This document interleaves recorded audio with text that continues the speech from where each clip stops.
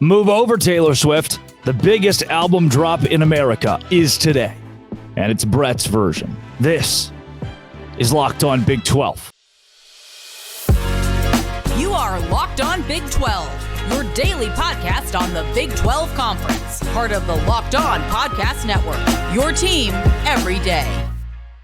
Happy Wednesday, everybody, and welcome into Locked On Big 12. I'm Drake Toll from ESPN Central Texas. Thank you for making Locked On Big 12 your first listen every single day. Hope you had a great Halloween. Look, today's the day. We didn't know it would be the day, but then it was broken out that today will be the day that we get the Big 12 schedule, not just for 2024, but also for years to come as Arizona, Arizona State, Utah, and the Colorado Buffaloes come to our league. Let's just first and foremost, the biggest part of today, and by the way, later in today's show, we break down the ACC schedule and how that might affect the Big 12, and we give you where Dabo is going to coach in the Big 12 next. But this schedule, the significance of this is pods, protected rivals, East and West, or North and South. Do you do divisions? And I want to come out here, hand up. I'm guilty. I said a few weeks ago on this podcast, maybe a month or two ago, that I believed the next format for the Big 12 needed to be divisions. I'd separated it out into two separate divisions. I loved this. You get an 8-team division. You get an 8-team division. We play 7 games in Big 12 play, 2 games outside your division, 2 that are in your division. And then, or you play a total, I guess, of 9 Big 12 games, 7 in, 2 out. Those rotating 2 go to the other division. You picture it in your head. The SEC does this. I love it. It's what I grew up on. When I watched Arkansas football as a kid, there were divisions. You played LSU every year. You played Alabama every year. You played Auburn every year. I'm sure you are used to that in some format. But then I remembered why it sucks. Who does Georgia play this year? I know I'm not talking Big 12 right now, but I want you to think about it. Who does Georgia play in the East this year? The toughest team they will play in the SEC East is Missouri. Is former Big 12 member Missouri. Now, I'm not saying Missouri is bad by any means. They did barely. They did. They beat Kansas State. They did. That jacked up 62-yard field goal. But I just, to put in perspective here, Georgia gets a pretty easy road every year in the SEC West because it is chaos. Over there in the ACC, they do like the Coastal or the whatever, and one of them has Powerhouse. One of them has Clemson, and the other, some years it's Virginia. Some years it's not.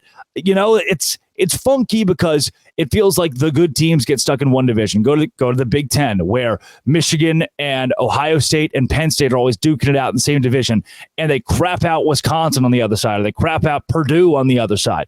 Is that what we want? Is that what we want? Or one year it's like, oh my gosh, we crapped out Houston in the Big 12 championship because the powerhouse this year of BYU, Texas Tech, Colorado, Utah, all 4 teams that should have vied for a conference title were in the same division, and we got stuck. No, of course not. You're going to bury us like you do the SEC. You're going to think about national championship caliber teams, like an LSU who's national championship caliber, and Auburn, who one year's national championship caliber, or Texas A&M, who keeps getting buried in that division, because in the SEC West, there's no way out. There's no hope. Here, friends, in the Big 12, why should we do that to ourselves? There's no reason to go divisions. And when we get the conference schedule today, we're also going to learn who gets screwed. More than anything, we learn who gets screwed because somebody kind of has to. Think about this. If you go to the South region, let's call it the South region. We'll make up a pod system. This is from Throwback Frog on Twitter. The South region, TCU, Baylor, Texas Tech, Oklahoma State. All right? These are pods. North, Colorado, Kansas State, Kansas, Iowa State. Sweet. In the West, BYU, Utah, Arizona, Arizona State. This is going really well. This is really good. Then we get to the East. This will be like the wicked stepsister, the witch of the East. I botched that. Houston, West Virginia, Cincinnati, and UCF. Throw up in my mouth. What? Everything else seems so symmetrical. The first 12 teams that I rattled off, yeah, let's do that. Then Houston, West Virginia, Cincinnati, and UCF. But here's the problem. That's all we can do. UCF fans, you want to drive to a Big 12 game here soon? Nope. Cincinnati fans, you want to drive to a Big 12 game soon? Maybe. West Virginia fans, you want to drive to a Big 12 game this year? Not happening. Houston, you can, but let's be honest. If we go to a pod system and it's 4 teams per pod, somebody's going to have to get just the complete short end of the stick here, and they're not going to make it Oklahoma State. They're not going to make it Texas Tech. Brett Yormark's not going to throw one of those teams under the bus and make them travel a million miles. It'll be Houston. There's a way that's where we end up. And what you're thinking is that probably won't work. And you're probably right. The pod thing might not work. So then you could go to 3 permanent rivals. Throwback Frog at Throwback Frog on Twitter is one who laid this out so wonderfully. Do you like the idea of 3 permanent rivals that are geographic? So whereas TCU would have to play Baylor, Texas Tech, Houston. Baylor would play TCU, Texas Tech, Houston. Texas Tech would get Oklahoma State, TCU, BYU, or Baylor, because those are the teams that are closest. For Utah, you get BYU, Colorado, Arizona State. For BYU, you get Utah, Arizona State, Arizona. Now, some of the outliers, like the UCF, you'd have to get Houston, West Virginia, Cincinnati. It's all we can do. Or you could do 3 permanent rivals that are non-geographic. So then TCU could get a Baylor, Texas Tech, and a BYU. I think Baylor could get a BYU, a Houston, and a TCU. Baylor gets Texas Tech, TCU, and BYU. I'll tell you one thing that I want to see. And I do think it'll be some sort of protected rivals, either geographic or non-geographic. I do want to see that. But one thing I need more than anything else, this is at you, TCU fans and Baylor fans. This is for you, Utah fans and BYU fans. This is for you, Arizona State. There must be Thanksgiving rivalries, period. BYU and Utah must play Thanksgiving weekend. Baylor and TCU must play Thanksgiving weekend. Kansas State must play Thanksgiving week. Kansas State and Iowa State. Texas Tech and Oklahoma State. We'll figure out something for Iowa State later. Must play Thanksgiving week. There need to be rivalry games on that weekend in the Big 12. Because right now, we don't have much.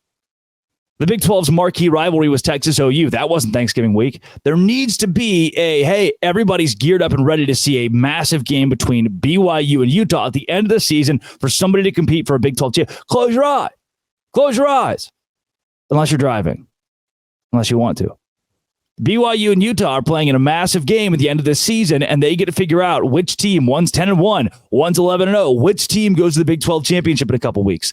That's what Thanksgiving rivalry games are for, and that's what we can create in the conference. I need to see Baylor and BYU play every year. I need to see TCU and BYU play every year. This old matchup that 12 years ago had so much hate within it. I need to see Colorado get outside of the West. I need to see Colorado play Texas Tech in Lubbock. I need to see UCF travel across the country and play Oklahoma State. I don't know why. I'm a maniac. That's what I need from the schedule release. Pods, division, I don't give a rip. Just make it fun, chaotic, and put the big ones on Thanksgiving weekend. Coming up, the ACC schedule was a hot, gross mess. Here on Locked On Big 12, part of the Locked On Podcast Network, your team every day. Today's show is brought to you by FanDuel. FanDuel is where I go to make money. I call it my passive income. Is that awesome or what? FanDuel's got lines, man. And this season, this NFL season with FanDuel, America's #1 sportsbook, new customers get $150 in bonus bets with any winning $5 moneyline bet. Put a $5 moneyline bet on Texas to beat whoever, on Alabama to beat LSU.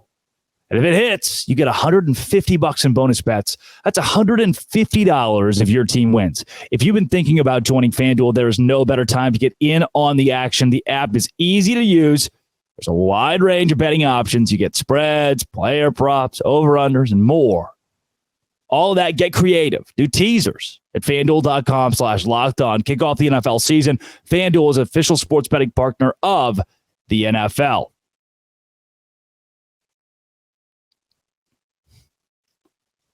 So the ACC schedule release tells me one thing, and that is the ACC will not be together very much longer. I looked at this and I hope maybe by the time you've gotten to this episode, the Big 12's already released its schedule. I hope the Big 12 does not botch this as much as the ACC.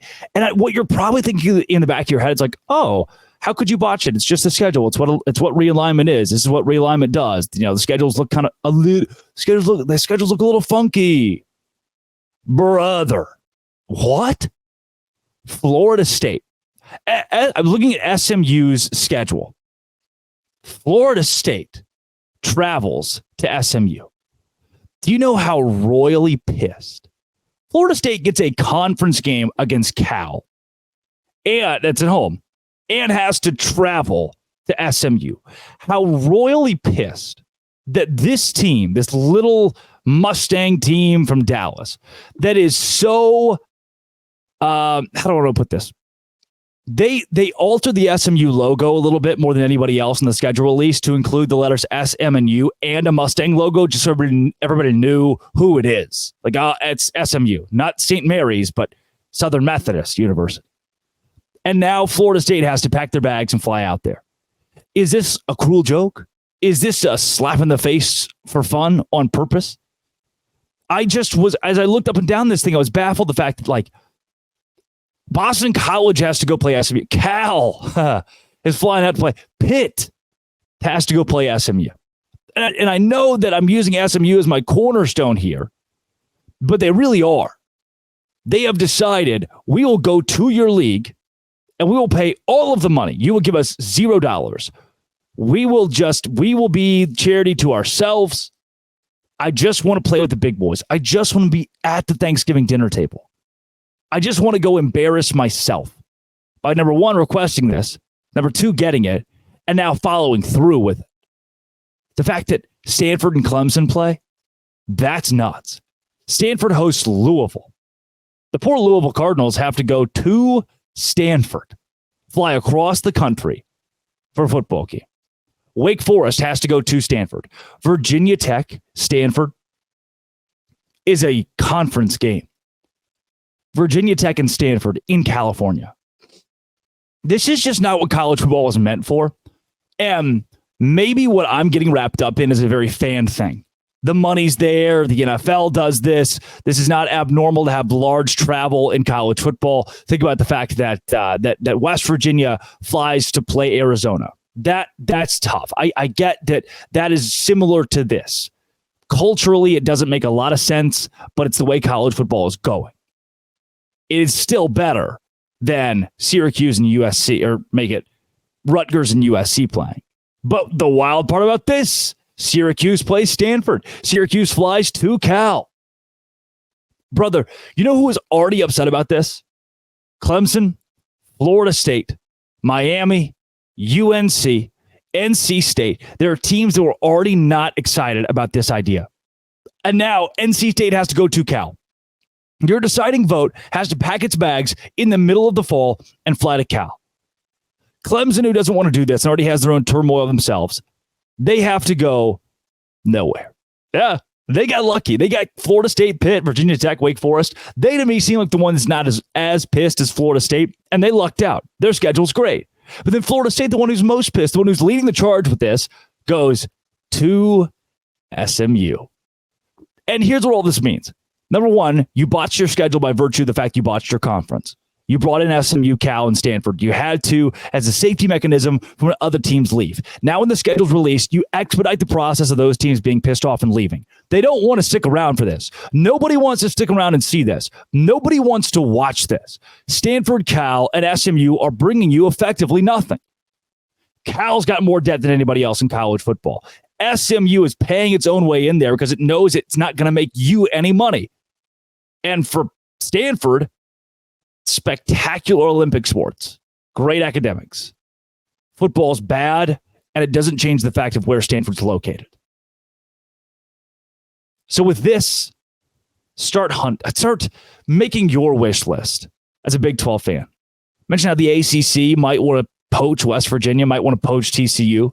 Not now. Not now. It was already kind of an embarrassing thing that they threw a lifeline to Cal and Stanford because they weren't profitable. I think Washington State and Oregon State, we found, had more power and profitability than these teams. From a viewership standpoint, for sure, for Washington State. From a football success standpoint, Oregon State recently has been on the incline, and I know that's not what pushes the needle, but at least it's an added bonus.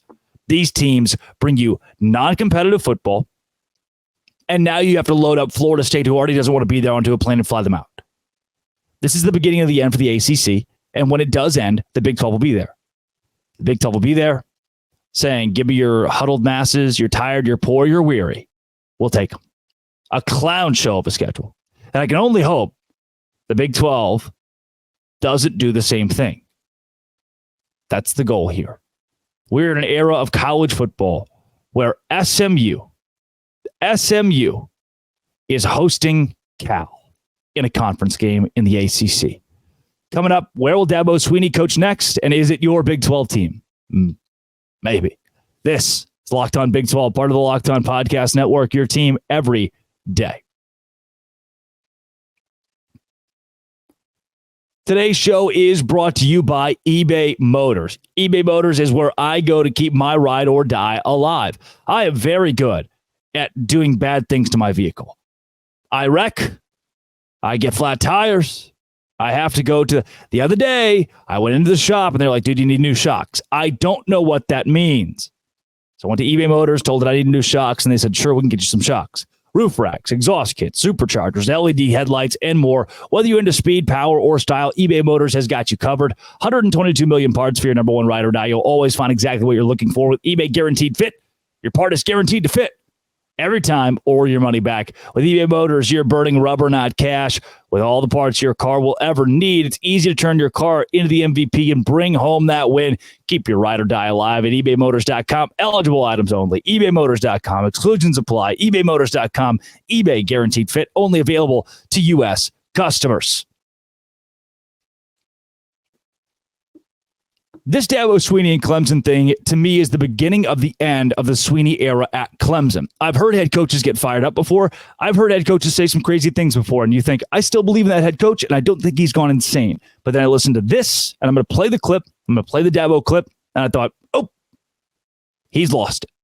So effectively, I'm not going to play the call. It's a very long call. This guy named Tyler calls in. He's a veteran. He's probably 40 plus. It just says, Dabo, I've been a Clemson fan since I was in diapers. Been a Clemson fan for decades.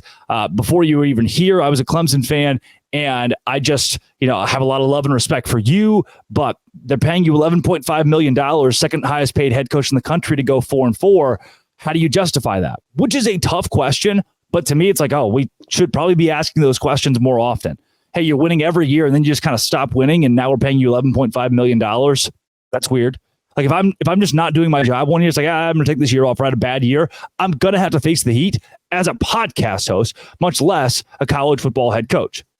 Where will Dabo Swinney coach next? Is it Baylor? Is it West Virginia? Because I just don't know how much longer Clemson's going to put up with this, and how much longer he's going to put up with the pushback he's getting at Clemson, that a lot of it's kind of justified. I mean, it's a tough call. It's a tough conversation. But this guy calls in. He's pretty respectful. He tiptoes around a lot of it if you listen to the full video. And then Dabo just kind of pops off. The first part of Dabo's response is fine. I don't have a lot of issues with it. It's toward the end of what Dabo says that really gets me. Here's that clip. Who just love to destroy people with your comments, all right? I'm sure you've never made any bad decisions. I'm sure you've lived a perfect life. I'm sure you've led a bunch of people. I'm sure you do your job in front. So to answer your question, I started as the lowest paid coach in this freaking business, all right? And I'm where I am because I've worked my ass off every single day. And I ain't going to let some smart-ass kid get on this phone and create this stuff. So if you got a problem with that, I don't care. All right? I work for the Board of Trustees, the President, and the AD. And if they're tired of me leading this program, all they got to do is let me know. I'll go somewhere else where there is an appreciation. All right? It's not just winning, it's how you win. And we are this is a tough year, but we've had 12 10-plus win seasons in a row. 12. We lost to Tennessee last year. They won 11 games for the first time in like 20 years. We've had 8-11 win seasons in whatever, 11 years or whatever. We've won 2 national championships. Clemson went 35 years All right, probably since before you were born, your whole freaking life. And we've won 2 in 7 years. And we earned it. And we beat the best of the best to do it. The best of the best. 12, 10-plus win seasons, so if you want to know why, that's why. Am I perfect? Nope. I'm far from it. I am a man of faith. Absolutely. All right? I'm 53 years old. And there ain't one thing in my life. I have been a part of failure many times, but there ain't one thing in my life that I've ever failed at, Tyler. Never. All right? Ever. I wanted to get an education. I got 2 degrees. I wanted to be the first college in my graduate my family. I did it. I wanted to go play football in Alabama. I earned a scholarship, led her 3 years, worked my ass off, won a national championship. I wanted to get into coaching. I worked my way to being a head coach. And when I got this job, and I'm sure you didn't want me to get this job, all right, and 15 years later, I'm still here, and I'd say the results are what they are, and I stand on them. So you don't ever have to call back. I wanted to get married. I've been married for going on 30 years. I wanted to be a father. I've raised 3 great sons. If you don't like how I run the program, don't be a fan. I don't care. But I'm the head coach, and I'm going to do what I believe is right for the long term of this program, what's best for the players, and what I think is best for the moment. If you got a problem with that, that's fine. But I'm not going to sit here and let you call. I don't give a crap how much money I make. You ain't going to talk to me like I'm 12 years old. You'd be freaking kidding me. Amen. What a childish tirade. What a childish tirade. It is baffling to me that he, just put the gun down, dude, first and foremost. Your team is 4-4. You've set the precedent of winning. You told me that for sure. I that. I've done this. Clemson was good for 35 years before me. I got here. I've never failed.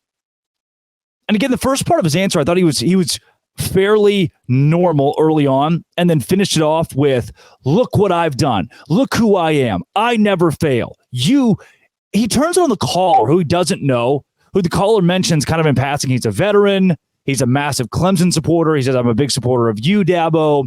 And Dabo says, bet you've never messed up in your life. Bet you never made a mistake in your life. Bet you never failed in your life. Like, brother, that's kind of you're doing a call-in show, and you don't think fans are going to criticize a 4-4 team when you're making $11.5 million? I'll do some nasty stuff for $11.5 million, much less coach a football team. And then Tyler, what? What are we in middle school? I got married. I have kids. I win football games. Compares himself to Tennessee.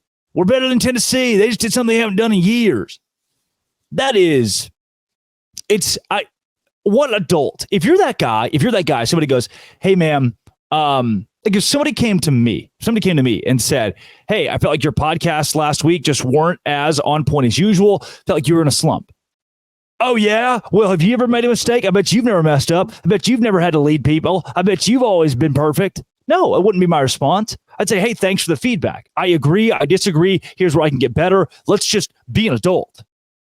I don't take feedback, especially when Clemson is bad. I'm not going to do a feedback thing of, yeah, you suck, Tyler. Get a grip, man. Where will Dabo Swinney coach next in the Big 12? The Baylor Bears? The West Virginia Mountaineers? That's my weak attempt to spin national news on a Locked On Big 12, because I'm passionate about this. It's insane to me that this man is talking to another grown man like this. After the guy on the phone call really tried to tiptoe around stuff and be as nice as possible, asking a fairly valid question. Hey, you're getting paid a lot of money to suck at your job this year.